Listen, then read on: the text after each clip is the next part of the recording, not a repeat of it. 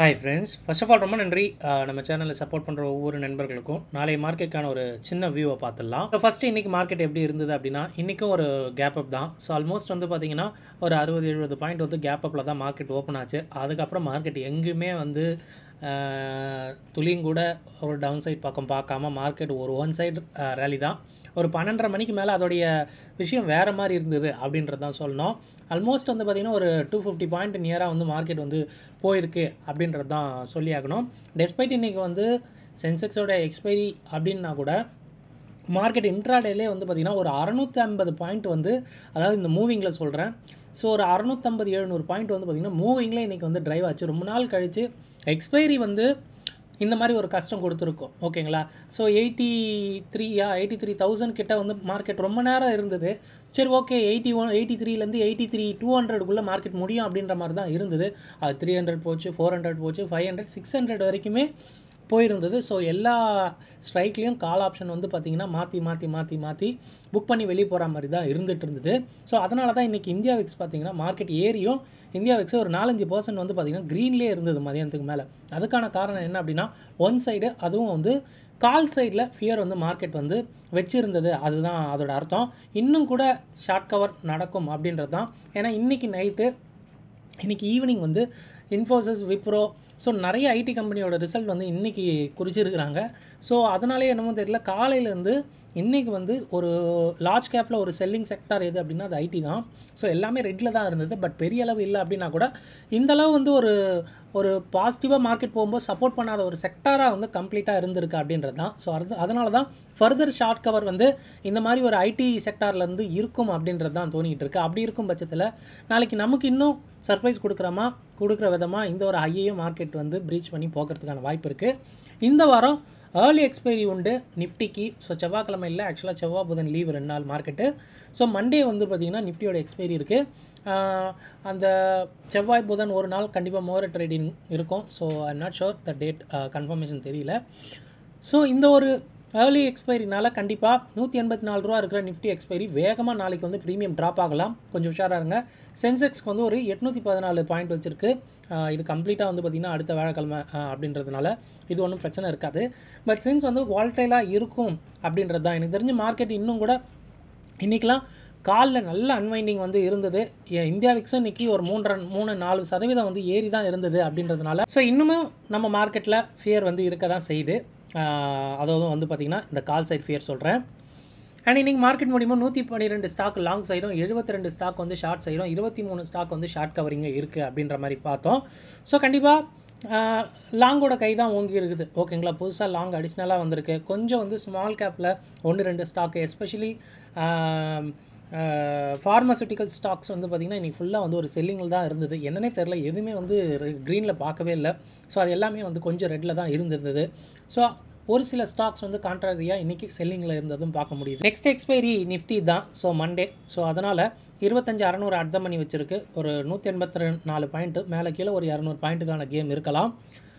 Result வர இருக்கனால கண்டிப்பாக ஒரு ஹெவி வெயிட்ஸே எனக்கு தெரிஞ்சு 3-4 ஸ்டாக் இருக்குது. நல்ல லார்ஜ் கேப் ஸ்டாக்ஸ்க்கே இன்றைக்கி வந்து பார்த்திங்கன்னா இன்ஃபி, விப்ரோ இதெல்லாம் லார்ஜ் கேப்பில் வந்துடும். So IT company LNT Mindtree இருக்குதுன்னு நினைக்கிறேன், சைண்ட் இருக்குதுன்னு நினைக்கிறேன். ஸோ இந்த மாதிரி ஐடி ஸ்டாக்ஸ் எல்லாம் மிக்ஸ்டாக இருக்கனால இது ஒரு பூம் கொடுக்கலாம். ஒன்று அடித்தா பூமி இல்லை அகெயின் வந்து பார்த்திங்கன்னா ஃபாலோ ஆகிறதுக்கான வாய்ப்பு வந்து நல்லா வச்சுருக்கு. ஓகேங்களா? ஸோ ஐவிபிலாம் ரொம்ப வந்து கம்மியாயிருச்சு. பட் வந்து கால் சைடில் ஐவி வந்து ஹெவியாக இருக்குது. புட்டு ஹெவியாக வந்து செல் பண்ணல. ஏன்னா வந்து பார்த்திங்கன்னா 25,500 மட்டும்தான் இருக்குது. மற்றபடி வந்து பார்த்திங்கன்னா இருக்குது, பட் ரொம்ப அந்த அளவு இல்லை. ஸோ கேப் விட்டு தான் வச்சுருக்காங்க. 200 பாயிண்ட் கொடுத்துருக்காங்கல்ல. ஸோ அப்போ 200 பாயிண்ட்டுக்கான மூவ் கொடுக்கணும், ஏதர் சைடு மேலேயோ கீழேயோ. ஸோ வால்டைலாக மார்க்கெட் இருக்கும் அப்படின்றது தான் தோணுது. அண்ட் ஸ்ட்ராடல் ப்ரீமியம் பார்த்தோம் அப்படின்னா இதில் ஒரு மேஜிக் இருக்கும். ஓப்பனிங் ஆனது 182. ஸோ மார்க்கெட்டோட மூவ் வால்டைலாக இருக்குது அப்படின்றத கவனிச்சிருச்சு. மார்க்கெட் வந்து பார்த்திங்கன்னா $184 முடிஞ்சிருக்கு. ஒரு டிகேவும் இல்லை. நாளைக்கு வேகமாக டிகே நடக்கிறதுக்கான வாய்ப்பு இருக்குது. ஸோ ஆப்ஷன் பையர்ஸ்லாம் ஏதாவது இருந்தீங்கன்னா இன்றைக்கே ப்ராஃபிட் புக் பண்ணால் தான் உண்டு. ஸோ நாளைக்கு தெரியல, ஏன்னா இன்னும் வேகமாக வந்து ப்ரீமியம் வந்து எரோடாக தான் வாய்ப்பு இருக்குது. ஸோ அதுக்கேற்ற ஒரு மூவ் கொடுக்கும். ஸோ பிஃபோராக ஏர்லியாக எக்ஸ்பைரி வர்றதுனால நாளைக்கும் வால்டைலாக இருக்கும். அண்ட் மண்டேவும் வால்டைலாக இருக்கிறதுக்கான வாய்ப்பு வந்து நிறைய மார்க்கெட்டுக்கு இருக்குது. அண்ட் எஸ்ஜிஎக்ஸ் நிஃப்டி இது வரைக்கும் ஒரு மாதிரி ரொம்ப ஃப்ளாட்டாக தான் இருந்துகிட்டு இருக்குது. ஹையில் இருந்தால் கிட்டத்தட்ட ஒரு 40-50 பாயிண்ட் வந்து இறங்கிடுச்சுன்னு நினைக்கிறேன். எஸ் ஆஃப்கோர்ஸ் 50 பாயிண்ட்டுக்கு மேலே இறங்கியிருக்கு. ஸோ ஹைலேருந்து சொல்கிறேன், இது மார்க்கெட் நம்ம நடக்கும்போதே வந்து 50 பாயிண்ட் ப்ளஸில் தான் இருந்தது ஆக்சுவலாக. ப்ளஸ் விச் மீன்ஸ் வந்து பார்த்திங்கன்னா 25,709 கிட்ட இருந்தது ஃபியூச்சர்ஸு. இப்போ பார்த்திங்கன்னா 25,650ன்னு சொல்லும்போது ஒரு 55 பாயிண்ட் வந்து நியராக வந்து இறங்கியிருக்கு. பார்க்கலாம், யூஎஸ் மார்க்கெட் ஓப்பன் ஆனதும் இந்த பாயிண்ட்ஸ் வந்து மாறும் அப்படின்ற மாதிரியும் தோணுது. அண்ட் எஃப்ஐடி ஆக்டிவிட்டி நம்ம டைம் ஒரு 7:30க்கு மேலே அப்டேட் ஆகிடும். ஸோ இதை பற்றி நான் கமெண்ட்ஸ் நம்ம டெலிகிராம் சேனலில் போஸ்ட் பண்ணுறேன். ஸோ டெலிகிராம் சேனலில் யார் யாரெல்லாம் இல்லையோ நீங்கள் டிஸ்கிரிப்ஷனில் லிங்க் இருக்குது, கிளிக் பண்ணி நீங்கள் ஜாயின் பண்ணிக்கோங்க. ஸோ அங்கே இதை பற்றின கமெண்ட்ஸ் வந்து கொடுக்குறேன். எஸ் நம்ம போகிற கண்டென்ட் கண்டிப்பாக உங்களுக்கு ரொம்ப ஹெல்ப்ஃபுல்லாக இருக்கும்னு நினைக்கிறேன். ஹெல்ப்ஃபுல்லாக இருந்தால் வீடியோ லைக் பண்ணிட்டு அப்படியே பாருங்கள்.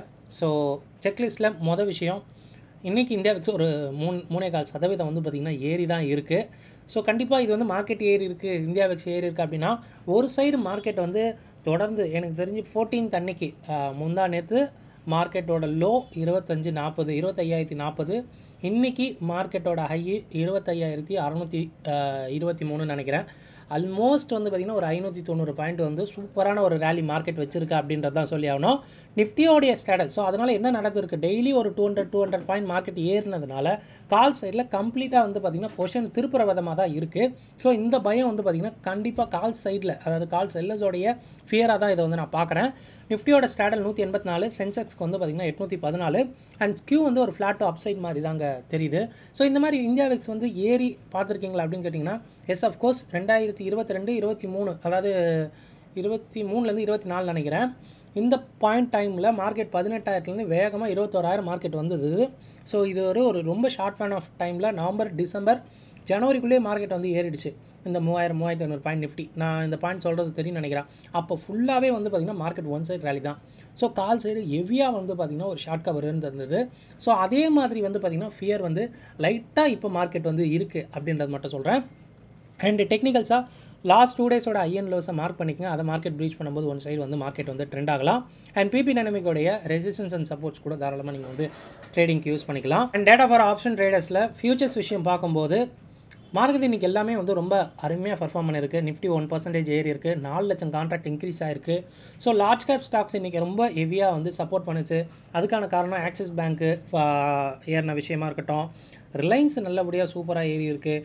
ஸோ ஹெச்டிஎஃப்சி பேங்க் இது எல்லாமே சப்போர்ட் பண்ணதுனால மார்க்கெட் நல்ல ஒரு ஷார்ட் கவருக்குள்ளாய் மார்க்கெட் ஏறி இருக்குது. பட் இங்கே ஃபியர் வந்து பார்த்தாலே தெரியும், ஃபியூச்சர்ஸ்க்கும் ஸ்பாட்டுக்கும் பார்த்திங்கன்னா இந்த பாயிண்ட்டு பார்த்திங்கன்னா ரொம்ப கம்மியாக இருக்குது. அப்படின்றது மீனிங் என்னென்னா, ஸோ அதாவது ப்ரைஸில் வந்து பார்த்திங்கன்னா இன்னும் அட்ஜஸ்ட் ஆகலை, இன்னும் ஷார்ட் கவர் வந்து ஹெவியாக இருக்கும் அப்படின்றது தான். ஓகேங்களா? ஸோ ஃபியூச்சர்ஸ்க்கும் ஸ்பாட்டுக்கும் வந்து பார்த்திங்கன்னா இன்னுமே எனக்கு தெரிஞ்சு இன்னொரு 10 நாள் இருக்குது. அப்படி நம்ம பாயிண்ட் இன்னும் கம்மியாகுது அப்படின்னா, மார்க்கெட் ஏறுது பாயிண்ட் கம்மியாகுது அப்படின்னா இது வந்து ஷார்ட் கவருக்கு உள்ளாயிட்டிருக்கு அப்படின்னு அர்த்தம். ஸோ பிசிஆர் வந்து பார்த்திங்கன்னா நேற்று இருந்ததை விட இன்னும் நல்லாவே பெட்டராக இருக்குது, which is very good. Bank நிஃப்டியும் 1.1% ஏறி இருக்குது, 34,000 கான்ட்ராக்ட் இன்க்ரீஸ் ஆகிருக்கு. இதுலேயுமே பாயிண்ட் ரொம்ப ஸ்ட்ரிங்காக இருக்குது. பிசிஆர் இம்ப்ரூவ் ஆகிருக்கு, ஷார்ட் கவரில் இருக்குது. அண்ட் மிட் கேப் நிஃப்டியும் ஒரு 3/4% ஏறி இருக்குது, 94,000 கான்ட்ராக்ட் இன்க்ரீஸ் ஆகிருக்கு. அண்ட் இந்த பாயிண்ட்டும் நல்லா ஸ்ட்ரிங்காக இருக்குது, பிசிஆர் நல்லா இம்ப்ரூவ் ஆகிருக்கு, which is good. So data wise பார்க்கும்போது எல்லாமே ரொம்ப சூப்பராக மார்க்கெட் இன்னும் மேலே போகிற மாதிரி மட்டும்தான் வந்து தெரிஞ்சுக்கிட்டு இருக்குது. யூஎஸ் ஃபியூச்சர்ஸ் இது வரைக்கும் ஒரு மாதிரி க்ரீனில் தாங்க இருந்துகிட்டு இருக்குது. இன்றைக்கி யூஎஸோடைய மேனுஃபேக்சரிங் டேட்டா வர இருக்குது ஒரு 6 மணிக்கு. ஸோ அது மேபி அங்கே கொஞ்சம் தாக்கத்தை ஏற்படுத்தலாம். ஸோ நமக்கு இங்கே வந்து as I said earlier, so Infy, Wipro, IT கம்பெனியோட ரிசல்ட்ஸ் இருக்குது. ஸோ இன்றைக்கி அதோடைய விஷயங்கள் கொஞ்சம் செல்லிங் ப்ரெஷரில் லார்ஜ் கேப்பை ஒரு மாதிரி பிடிச்சி வச்சுருந்தது அப்படின்றது தான் பார்த்தோம். இல்லை மார்க்கெட் இன்னும் கொஞ்சம் கூட புஷ் பண்ணி போயிருக்கோங்க. ஸோ அதை வந்து புஷ் பண்ணிச்சுன்னு சொல்லலாம். கால் சைடு ஃபியர் இருக்குது. ஸோ அதுதான் இங்கே நம்ம இந்தியா வெக்ஸ் ஏறினதும் பார்க்குறோம். இன்னும் கூட ஷார்ட் கவர் நடக்கிறதுக்கான வாய்ப்பு நல்லாவே இருக்குது.